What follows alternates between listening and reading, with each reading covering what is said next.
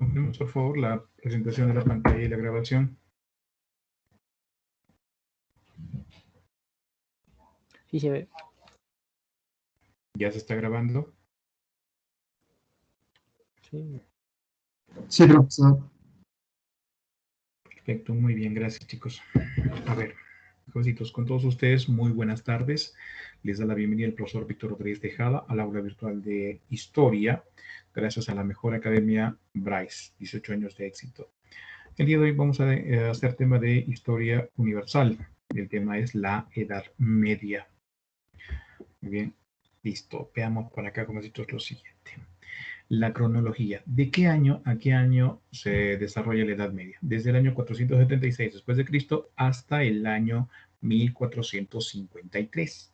Repito nuevamente, año 476 después de Cristo hasta el año de 1453. Pregunta facilita, sencilla. Pregunta pulpín. Dime, ¿en qué siglo se inicia la Edad Media?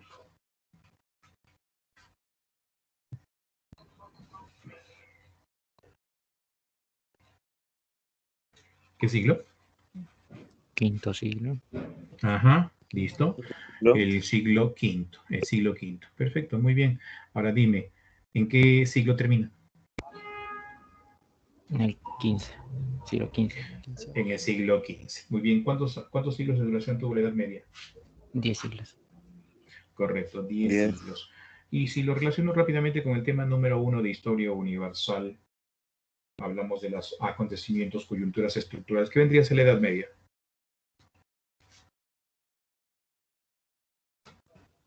Estructural. Sería un estructural, correcto. ¿Y los estructurales qué forman?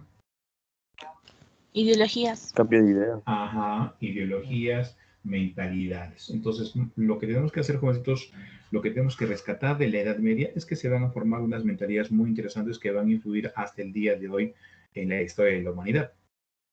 Ahora, ¿qué pasó en el año 476? ¿Qué pasó?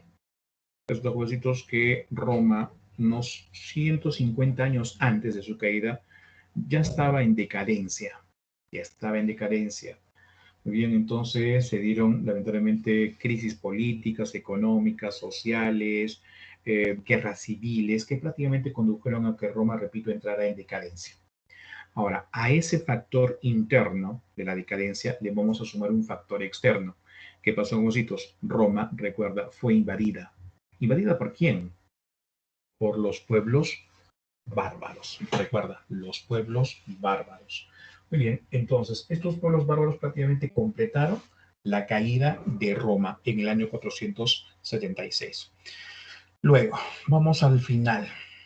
Año 1453, ¿qué pasó? Cayó la otra mitad del Imperio Romano.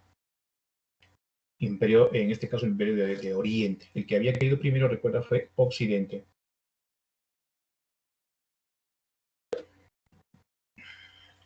¿Qué ocurrió en 1453? La ciudad de Constantinopla, capital del Imperio Romano de Oriente, fue atacada por los turcos otomanos.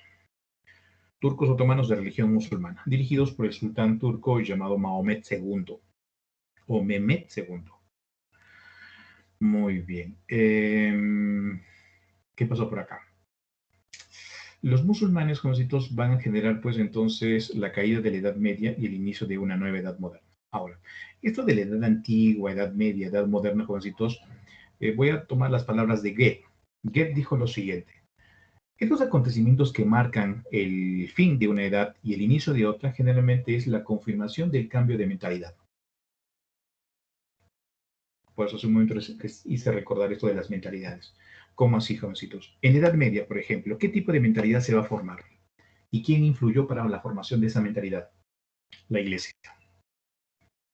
Entonces tenías una mentalidad netamente cristiana en la Edad Media, que va a ser totalmente distinta a la mentalidad de la Edad Antigua.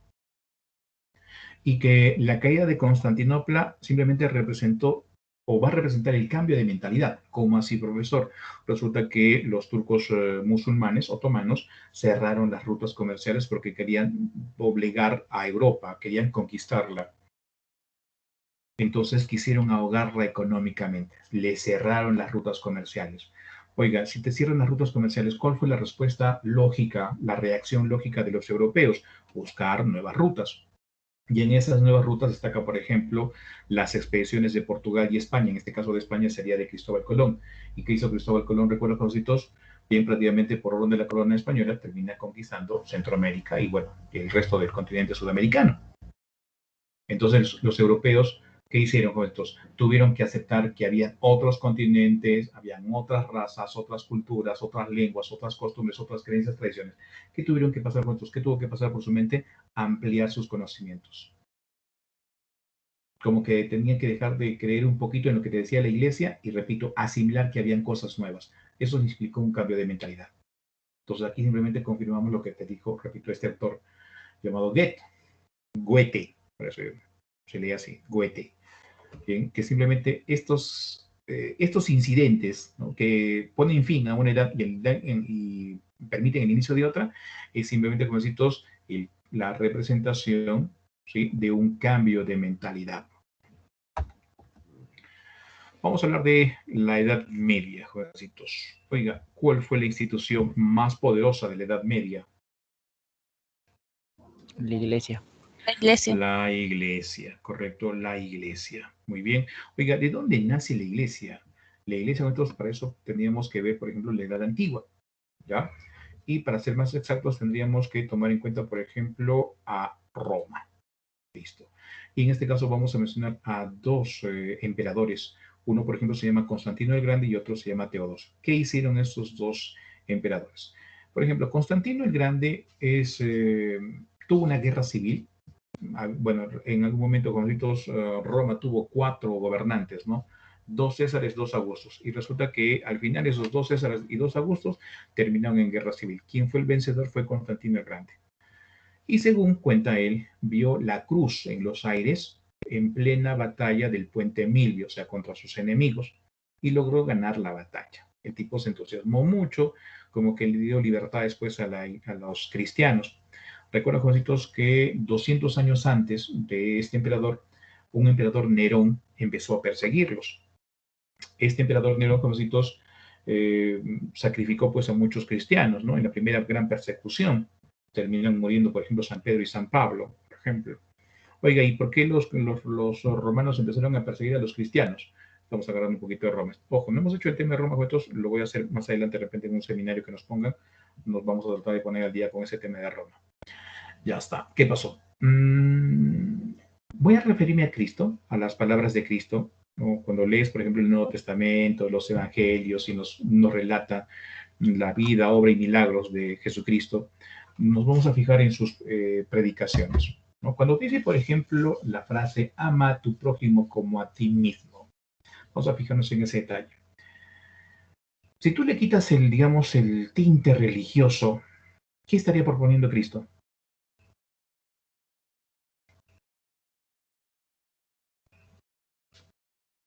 Jóvenes, ¿qué propondría Cristo? Ama a tu prójimo como a ti mismo. Jóvenes. Sí, pues creo que están durmiendo, creo. ¿Ya tienen hambre? Un ¿Ah? poquito. ¿Un cevichito de repente con un par de chelas? Uy, por favor. Sí, o de repente un lomito saltado. A eso sí respondes, ¿no? A eso sí respondes, ¿no? Caí. Ya, siempre, como siempre. Oye, ¿qué? Ella me enseñó. ¿Qué?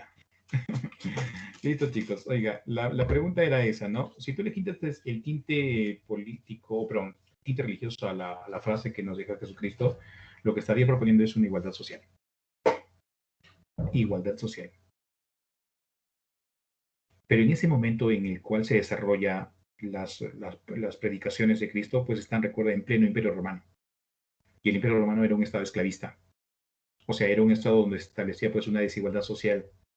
Y quienes empezaron a asimilar rápidamente esas ideas fueron los esclavos. Y los esclavos pues querían igualdad social, cosa que no les van a permitir. Entonces hubieron rebeliones en respuesta. ¿Qué hacen los políticos romanos? Tienen que sopesar, por un lado, esclavos y cristianos. ¿A quién matamos? Cristianos.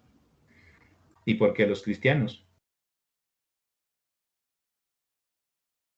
¿Por qué los cristianos y por qué conservar a los esclavos? Fácil, porque el esclavo tuvo un costo económico.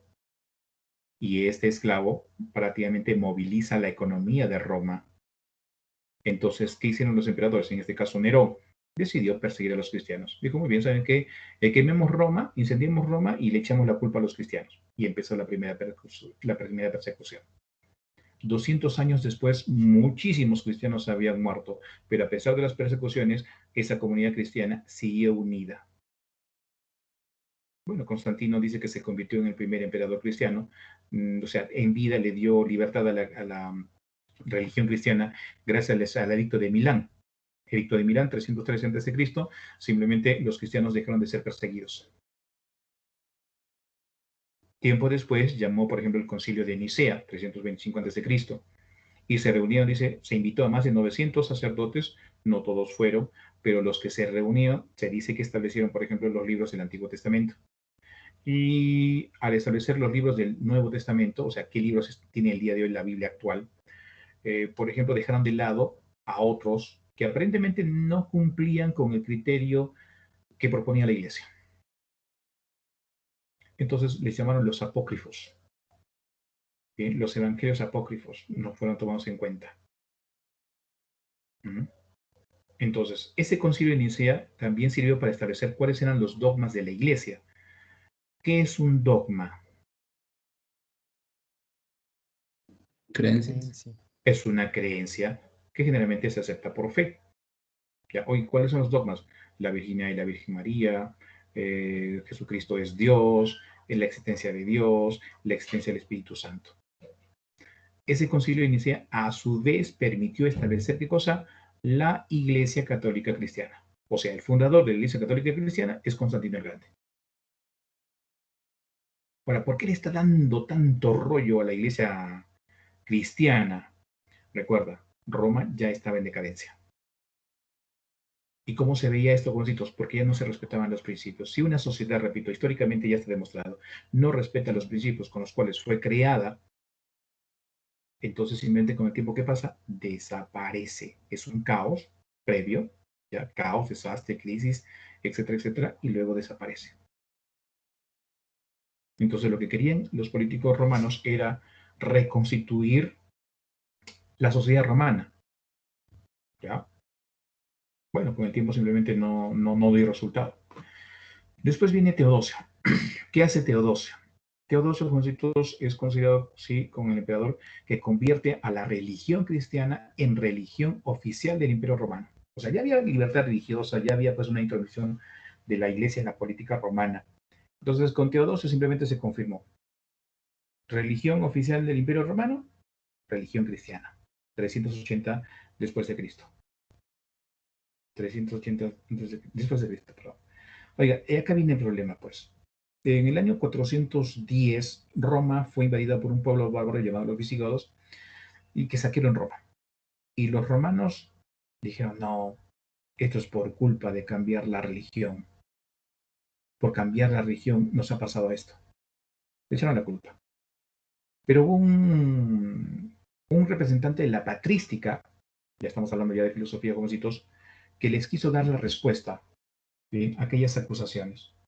Este señor se llama San Agustín de Hipona. Y San Agustín de Hipona, recuerda, escribió una obrita para responder justamente a aquellos que acusaban al cristianismo de la caída de Roma, o del saqueo de Roma. ¿Cómo se llama la obra de San Agustín? Oli, ¿cómo se llama? ¿Suma teológica? No, la Suma Teológica es de Santo Tomás de Aquino. La ciudad de Dios, por ejemplo, la ciudad de Dios, muy importante. En resumen, ¿qué es lo que te quería decir? Bien, que es justamente en la parte final de la Edad Antigua, sobre todo en Roma, queda prácticamente que gracias a Constantino el Grande y a Teodosio prácticamente se forma y se establece la Iglesia Católica Cristiana. Cuando cae Roma en el año 476, finaliza, recuerda, la Edad Antigua. Y la única institución que logró pasar de la Edad Antigua a la Edad Media fue justamente la Iglesia Católica. ¿Cuál va a ser la gran labor de la Iglesia Católica en los inicios de la Edad Media? Tuvo una gran labor, o sea, nadie lo va a discutir. ¿Cuál fue esa labor? Cristianizó a los pueblos bárbaros que habían invadido Roma y que habían logrado su caída. A toditos los va a cristianizar. Al cristianizarlos, obviamente esto le costó sangre, sudor y lágrimas porque muchas personas fueron sacrificadas en el proceso.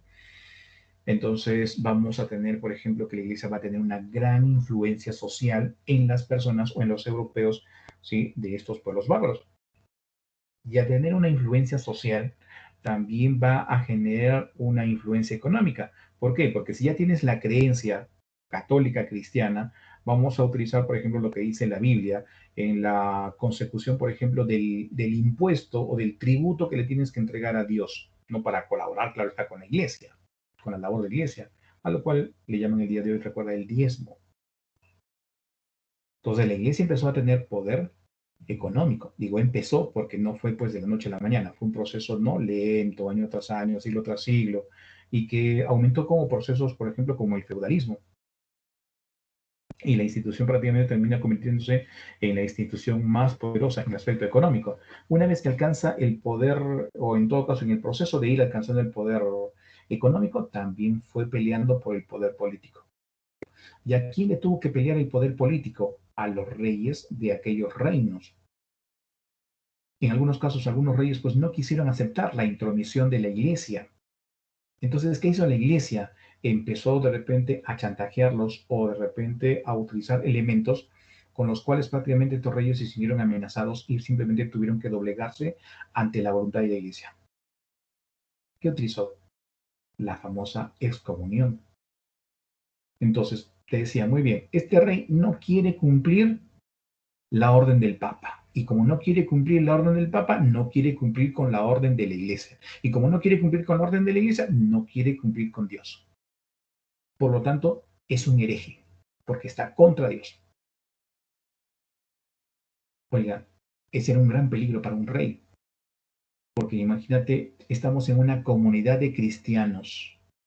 Y en esa comunidad de cristianos tú los gobiernas. Pero ¿qué pasa si la iglesia ataca justamente la base de tu poder? Si tú gobiernas a cristianos y tú sabes que tú no eres cristiano, ¿qué pasaría? Las personas de tu alrededor simplemente no se identificarían contigo. Perderías poder, perderías de repente tu corona. Y muchos reyes, a la mala, como quien dice, tuvieron que aceptar la posesión de la iglesia. Si no funcionaba de repente la excomunión, y ojo que hubo guerras incluso por eso, la iglesia utilizó un arma con la cual prácticamente no solamente reyes, sino muchas poblaciones se vieron sometidas a la posición de la iglesia. El Tribunal de la Inquisición, que apareció ya por el siglo XI-XII para combatir, por ejemplo, un movimiento en Francia llamado los cátaros. Aquel grupo decía pues de que si había un dios del bien, también había pues un dios del mal, ¿no? En este caso, a Diosito lo ponían igual que Satanás, por ejemplo. Entonces la iglesia no quiso admitir eso y ¡fum!, le mandó pues al tribunal y lo terminó matando. Entonces, si tú no tenías el mismo pensamiento de la iglesia, ¿no?, de la fe, la doctrina cristiana, la creencia en Dios, listo, te decían hereje, y si eras un hereje, no solamente te podía matar la iglesia, sino la misma comunidad a la cual le habían imbuido pues el pensamiento cristiano. Ah, tú no crees en Dios, tú crees en Satanás. Listo, vamos a ser buenos contigo, vamos a purificar tu alma. ¿Qué hacían? Te lapidaban o te quemaban.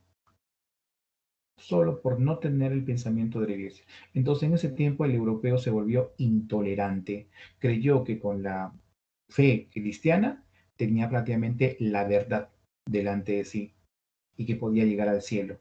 Por combatir al mal, y el combatir al mal incluyó pues muertes, asesinatos, mucha gente murió. Gente que no tenía nada que ver con la iglesia, repito, terminó siendo sacrificada en el proceso. Oiga, si la iglesia te decía, ¿sabes? Lo único que tú necesitas para subir al cielo es tener fe, creer en tu Diosito, saber de tu doctrina cristiana, ir a misa, pagar tus diezmos. No necesitas más. Oiga, ¿qué pasó con la ciencia? ¿Qué pasó con el conocimiento? Simplemente, No Juancitos, avanzaron. No avanzó. Se estancó. No avanzó. Porque imaginemos, jovencitos, si la iglesia hubiese permitido el desarrollo de la ciencia y la filosofía. No la filosofía de la iglesia. Ojo, escúchame. También apareció una filosofía de la iglesia católica llamada la escolástica, que trató justamente de utilizar a la filosofía griega para poder explicar, ¿no?, de manera razonada la existencia de los dogmas cristianos, aquellos que se establecieron en el Concilio de Nicea, filosofía escolástica, y no permitió que se desarrollara otro tipo de filosofía, porque ya sabes que consideraba que eso era pues herejía, y no hubo avance. Durante muchos siglos se perdió prácticamente el conocimiento en Europa, y es por esos momentos que, gracias a esta situación, el europeo de aquella época se volvió pues fanático, mataba literalmente por Cristo y creía que estaba haciendo bien. Porque aquí le dio el nombre de Edad Oscura y Edad Media, el humanismo.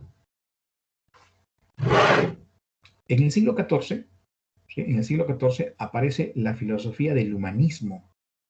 Oiga, ¿y por qué aparece? Porque en ese siglo XIV vamos a llamarlo la crisis del pensamiento medieval. La crisis del pensamiento medieval. Oiga, ¿y qué pasó? ¿Qué tipo de pensamiento llega a su crisis? La mentalidad que había establecido la Iglesia cristiana católica. Oiga, ¿por qué llega a esta crisis del siglo XIV? Porque, por ejemplo, se dio un cambio climático, prácticamente hubo escasez de alimentos, gente que moría de hambre. Ya, gente que moría de hambre. Otro problema, la peste negra. ¿Con qué otro nombre se conoce la peste negra?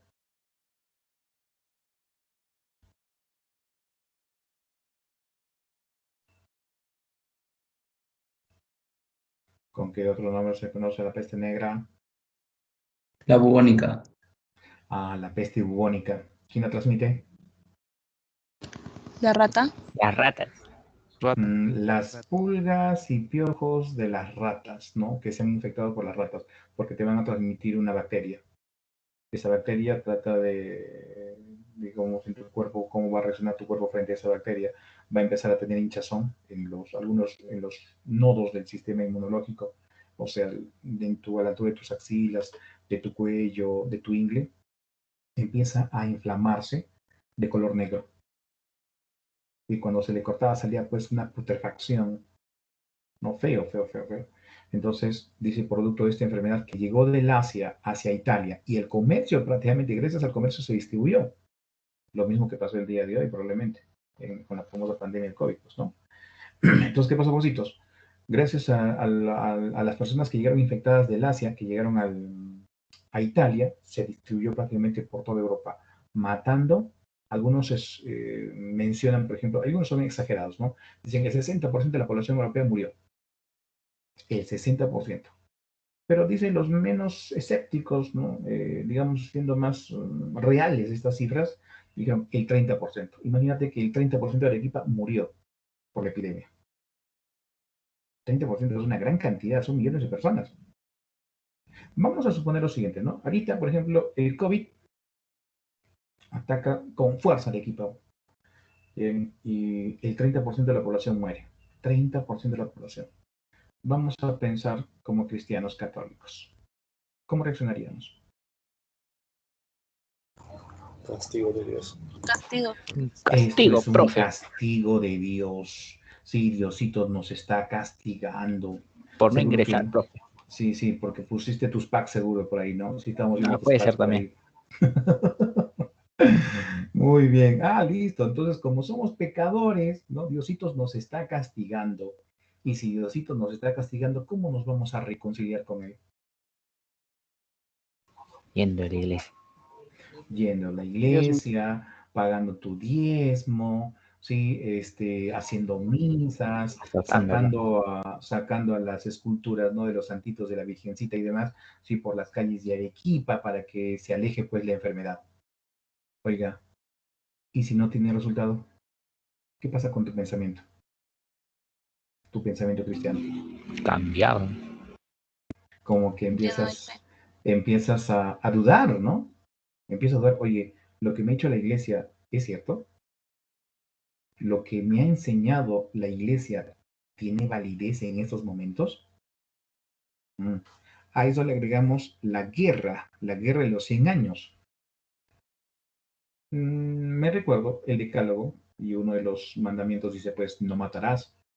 Oiga, y tenemos a dos países o dos reinos de aquella época, Francia e Inglaterra, que se están enfrentando por 100 años. Bueno, 116 años, para ser más exactos. ¿Te recuerdas de repente de Juana de Arco? ¿Te suena el nombre de Juana de Arco? Así, algo. Bien, sí, es producto justamente de esa guerra. Oiga, a ella la tomaron como santa, ¿no? Y pensaron, es una santa. Oiga, y después, ¿cómo terminó ella? Muerta. La quemaron, ¿no? Pensaron que era una hereje, pues, ¿no? Ya, oiga. Entonces, como te digo, si la iglesia te dice, sabes que no matarás, y la iglesia autoriza las guerras,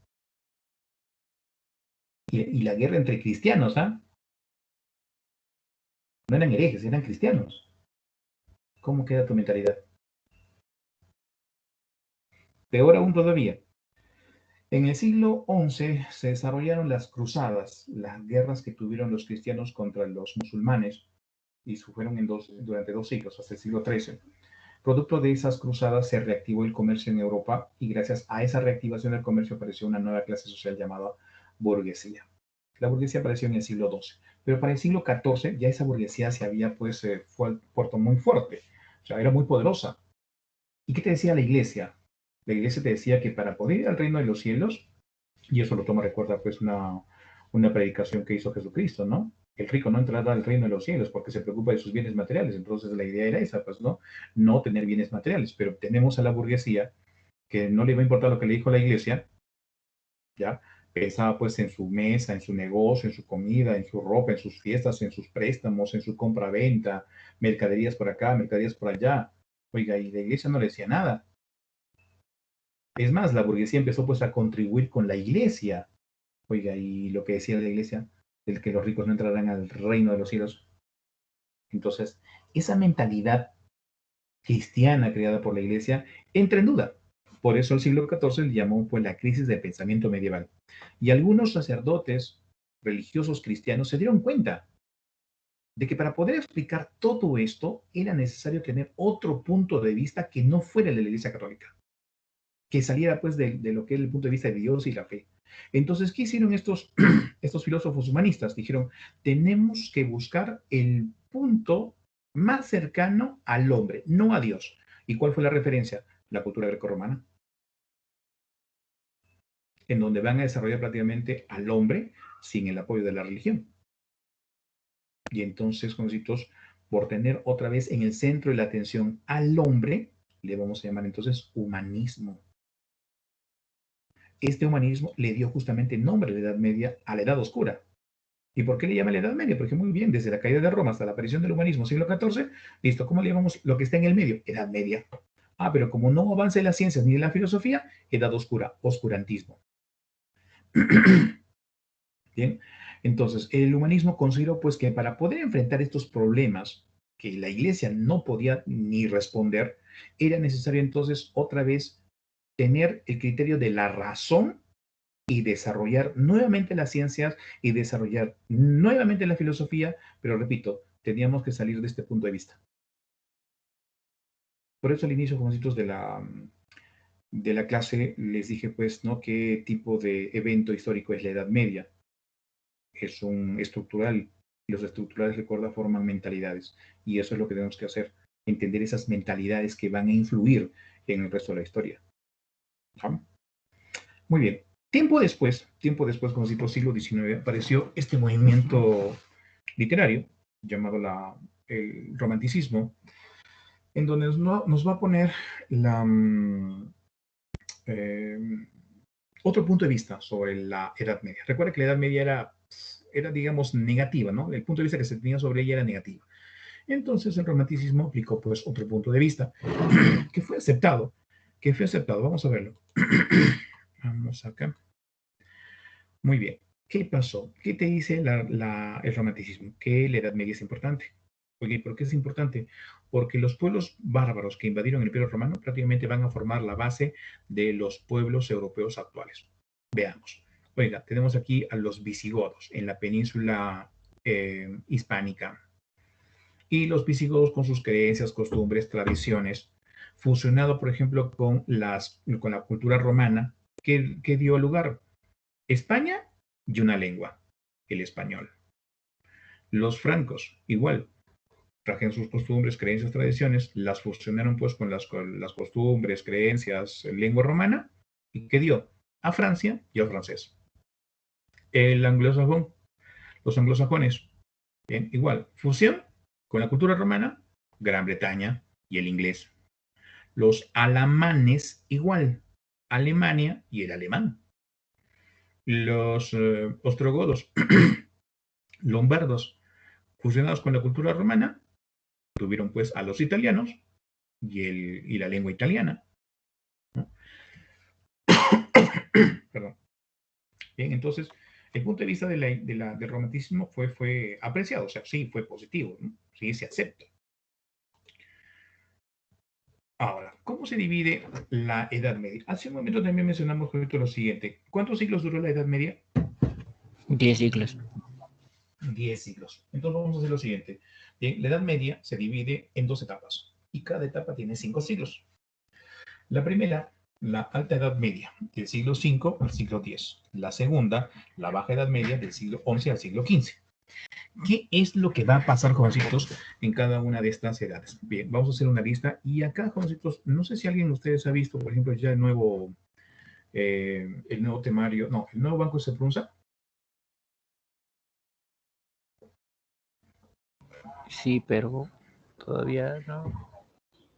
Resulta que en el Banco de Sociales han puesto el Islam y el Imperio Carolingio. Ojo, eso estaba en el temario, sí, pero no tomaban preguntas pues, hace muchísimo tiempo. Por ejemplo, el Imperio Carolingio no estaba en el temario. Y ahora en el libro se pronuncia, han puesto Islam y han impuesto el Imperio Carolingio. Entonces, jovencitos, para mí, esto es un indicativo, ¿ah? Esto es un indicativo. Y no me voy a desconfiar, pues, de lo que pueda hacer la ONCE. Te voy a enseñar algo. ¿Dónde está? Es este, creo. No, este no, este. A ver, vamos a ver por acá. Mira. Capítulo 5. Desarrollo de la Edad Media. El Islam. Mahoma. La expansión del Islam. Imperio Carolingio. Renacimiento carolingio. Bueno, feudalismo que ya estaba ahí. Bien, entonces, repito, este es el tomo de pronuncias sociales. Bien, ¿que puede influir para ordinarios? Sí. No desconfío. O sea, mejor dicho, tengo que estar preparado.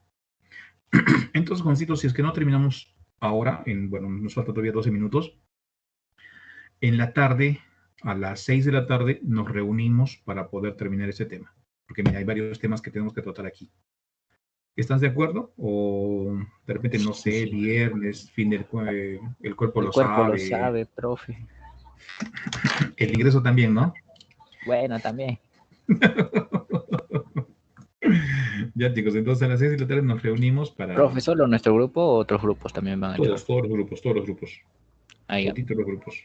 Ya, todos los grupos de ciencias, desde el G1 hasta el G8, o G9 creo que también hay.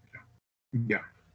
Muy bien, vamos a hablar entonces de los reinos romano-germánicos. Ya, reinos romano-germánicos. Entonces, tenemos que hablar de esto, de las invasiones bárbaras. ¿Te recuerdas la causa externa de la caída de Roma?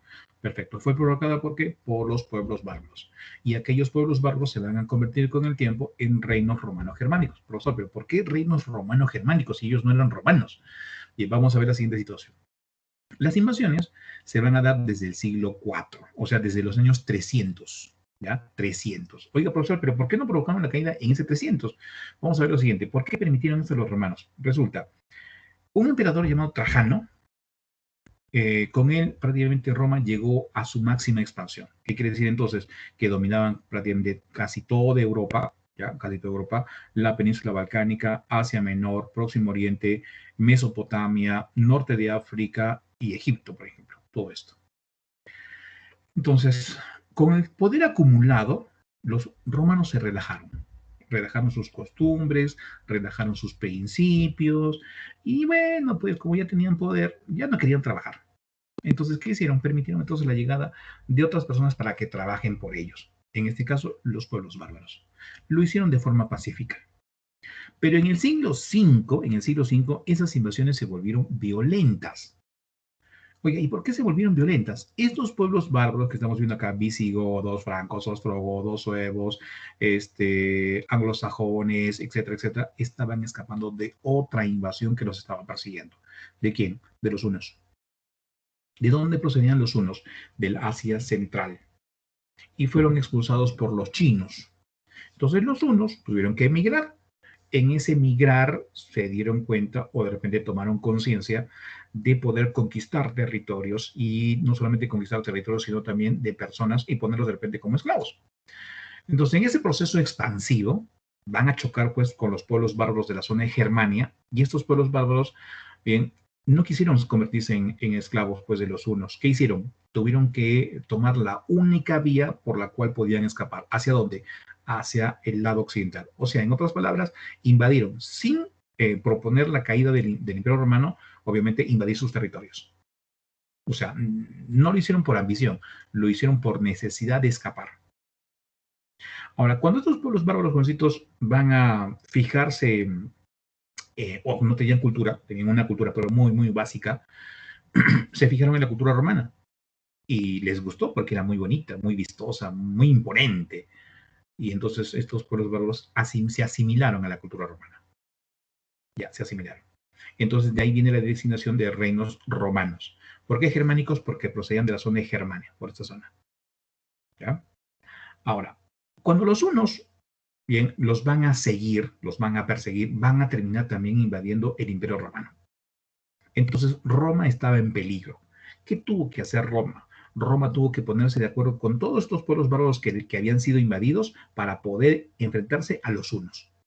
¿Quién fue en aquella época el máximo líder que tuvieron los hunos? Recordadísimo por la historia, jovencitos, ¿eh? ¿Cómo se llama? Atila. Atila. Correcto. Se llamó Atila. Atila el Huno.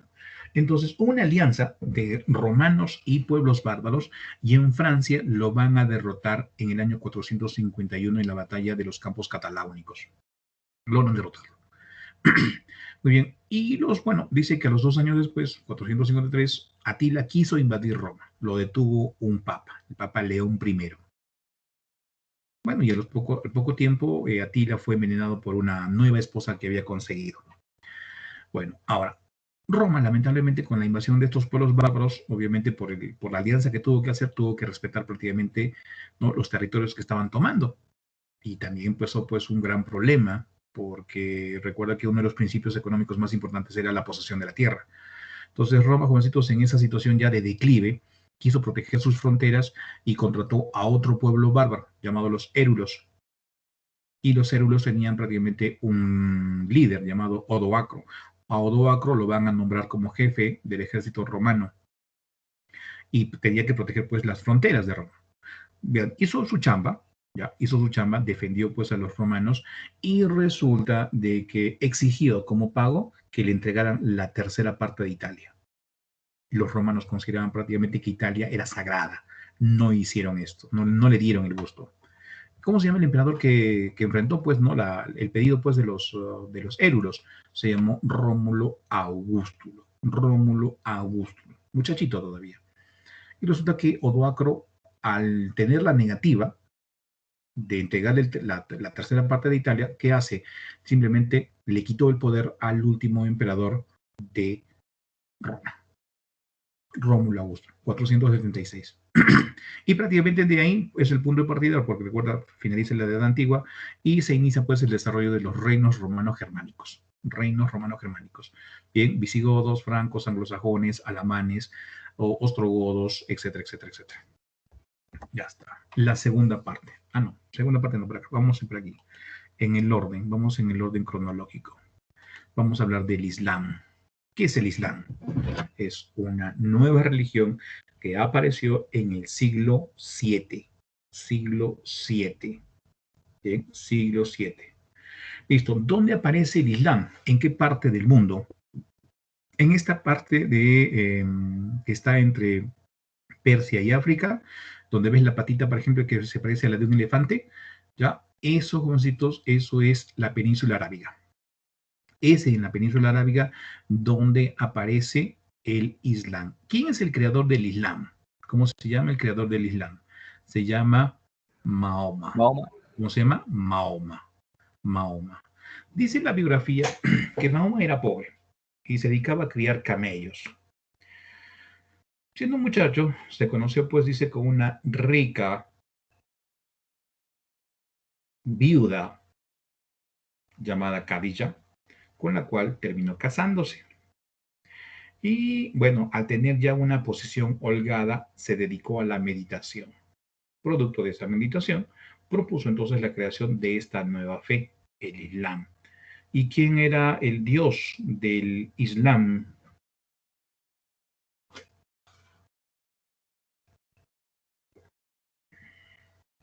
¿Quién era el dios del Islam?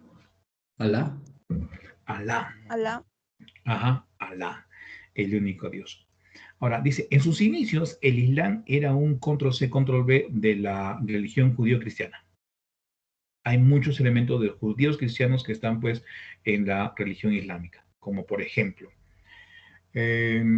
Abraham, el patriarca de los judíos, es considerado, pues, una especie de profeta dentro del Islam. Jesucristo, el Mesías de los cristianos católicos, era también un profeta para los musulmanes. Pero el último gran profeta es justamente Mahoma. Muy bien, él dio, digamos, ¿cómo te podría decir? Que fue tocado por Dios, ¿cómo así? Según él contaba, lo que él contaba, que siendo niño fue tomado por el arcángel Miguel, que le sacó, dice, el mal de su corazón y le encargó, pues, la creación de esta nueva religión. Ahora, cuando intentó difundirla, tuvo problemas, ¿ya? Y fue perseguido. Y la persecución y el escape se le llama la égira. La égira. Muy bien, él logró escapar y sus primeros adeptos van a ser, pues, sus familiares y sus amigos. Con el tiempo logra tomar las dos principales ciudades de la península arábiga. ¿Cuáles son? La ciudad de Medina y la ciudad de la Meca. Las gana. Bien, las gana. Y prácticamente, jovencitos, gracias a esta nueva fe, se va a unir la población de la península arábiga. La guerra sirvió, jovencitos, para unificar. Gracias también a la religión, la guerra y la religión unificaron prácticamente la península arábiga. Ahora, en sus inicios, jovencitos, poco a poco las meditaciones de Mahoma fueron tomadas en cuenta por sus seguidores. ¿Y qué hicieron estos seguidores? Empezaron a escribir el libro más importante del Islam. ¿Cómo se llama? Corán. El Corán. Correcto. El Corán, que es como la Biblia para los cristianos. ¿No? El Corán es, jovencitos, la Biblia de los musulmanes. A propósito, profesor, ¿por qué se les llama musulmanes? La palabra musulmán deriva de una palabra árabe llamada muslim. La palabra muslim significa creyentes. Los musulmanes son los creyentes del Islam. Ahora, después de la muerte de Mahoma, sus seguidores, los califas, los califas omeyas, los califas abasidas, empezaron, pues, a utilizar la guerra para poder conquistar más territorios y unificarlos bajo la fe musulmana o la fe islámica. ¿Bien? Armenia, Persia, Asia Menor, Próximo Oriente, Mesopotamia, Egipto, el norte del África, y en el año 711 están invadiendo España.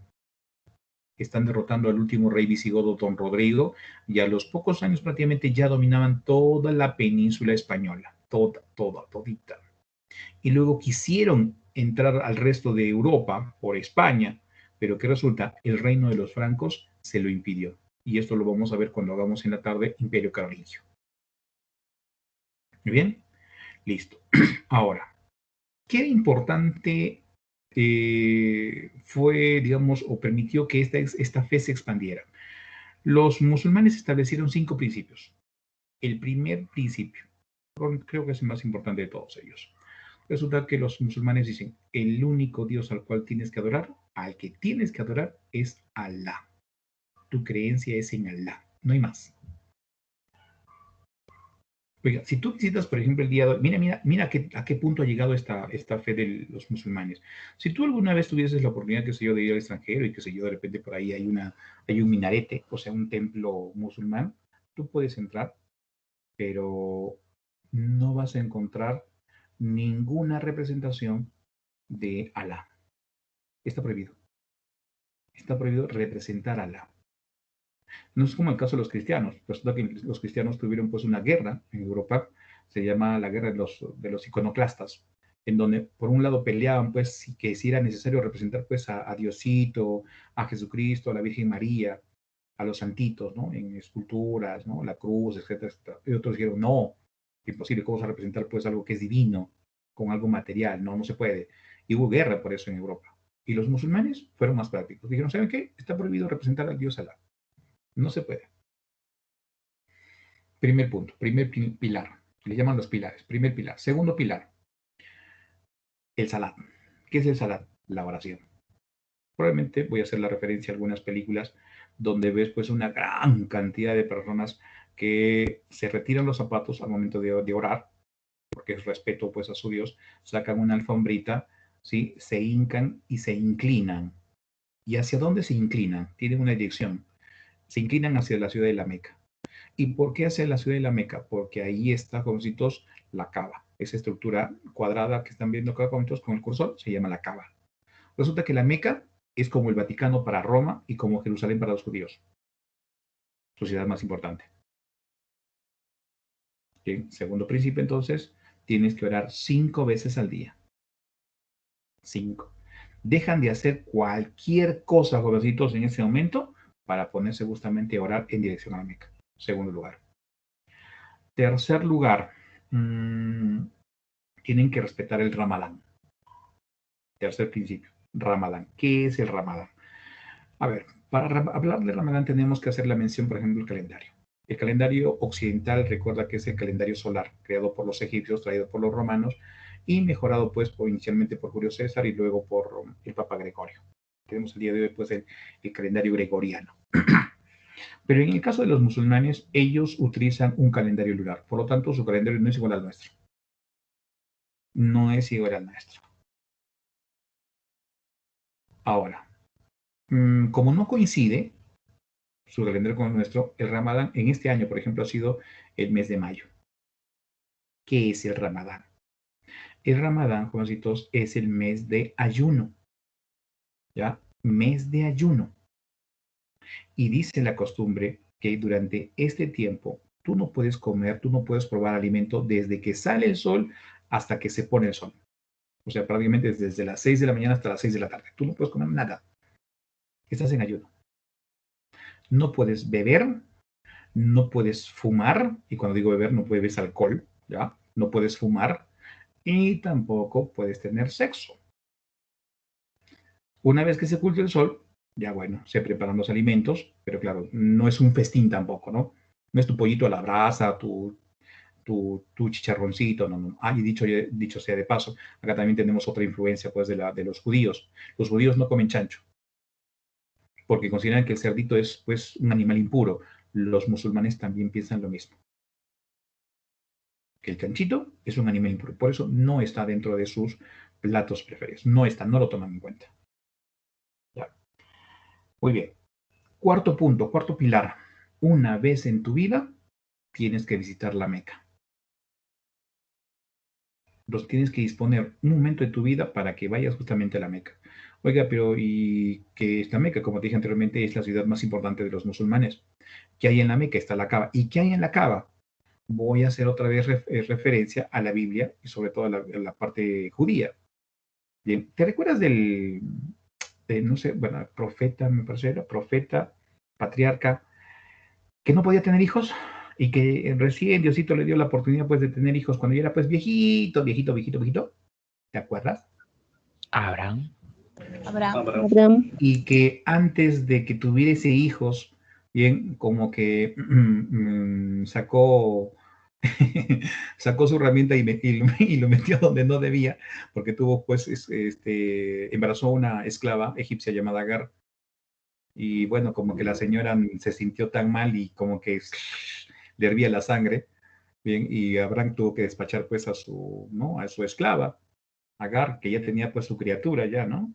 Y resulta pues que la lleve, dice, por el desierto, y no tenía nada que comer, no tenía ni agua, se le apareció el ángel, le prometió ayudar, la cuidó, y bueno, la cabecita donde descansó ese niño, esa piedrita, según se dice la religión musulmana, está dentro ahí, en la Meca. Entonces estamos viendo otra vez la influencia de la religión judía sobre la religión islámica.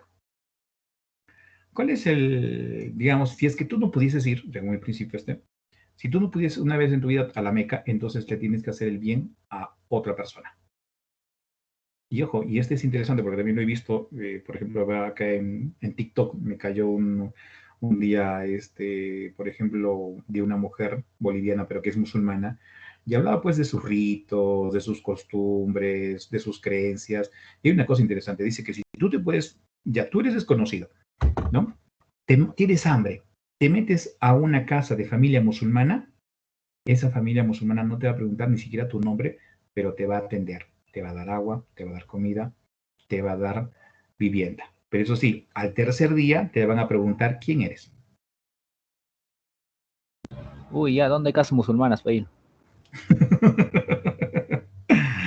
Ah, carambas, ¿no? Oiga, de repente te podría llamar la atención, ¿no? Por ejemplo, la atención de que en la región musulmana te permiten, por ejemplo, que un hombre se pueda tener varias esposas. Ahora tú dirás, pues sí, ¿dónde es? ¿Dónde, profe? ¿Dónde? Oye, ¿no puedes soportar a una tóxica y quieres 5? Tú quieres morir, ¿no? Todo se puede en esta vida. Muy bien, listo. Oiga, el último principio. Tienes que entregar limosna a los pobres. Tienes que entregar limosna. Dice que en sus campañas militares, los musulmanes, cuando lograban tener grandes ganancias, ¿no? Dice que destinaban, y esto por orden de Mahoma, el 10 o el 20% para los pobres. Hace un momento les mencioné sobre el ayuno. ¿Y por qué el ayuno? Pues es imperativo dentro de los musulmanes. Según su creencia, ellos deben concientizarse lo que siente una persona cuando no come, no tiene para comer. Interesante. Chicos, son las 1:08. Hagamos lo siguiente. A las 6 de la tarde nos vemos entonces para terminar ese tema. ¿Te parece? Sí, sí. Sí. Muy bien. 6 de la tarde Profe, entonces una nos vemos. pregunta, profe. ¿El Dime. Islam es igual que, o sea, los musulmanes? Dime. ¿Lo mismo es?